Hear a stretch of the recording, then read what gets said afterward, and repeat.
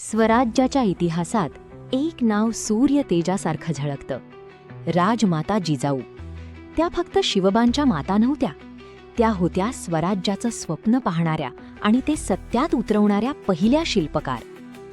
लहानपणापासूनच त्यांनी शिवबांच्या मनात रामायण, महाभारत आणि शौर्यकथांचे संस्कार रुजवले.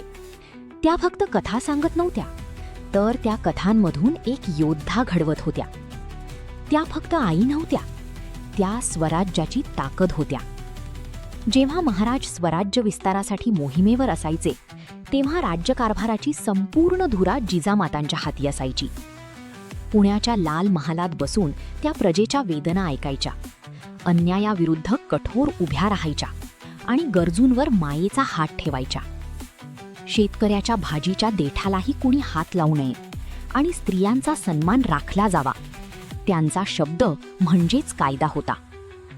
शिवाजी महाराजांच्या प्रत्येक विजयामागे, प्रत्येक धाडसामागे एकच अढळ शक्ती उभी होती, जिजामाता.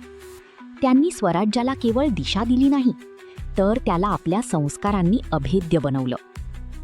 आजही त्यांचं नाव घेतलं की ऊर अभिमानानं भरून येतो आणि डोळ्यासमोर उभं राहतं ते धैर्य, न्याय आणि मातृत्वाचं तेजस्वी रूप. अशा या स्वराज्य जननीला अखंड महाराष्ट्राचा मानाचा मुजरा. जय जिजाऊ, जय शिवराय.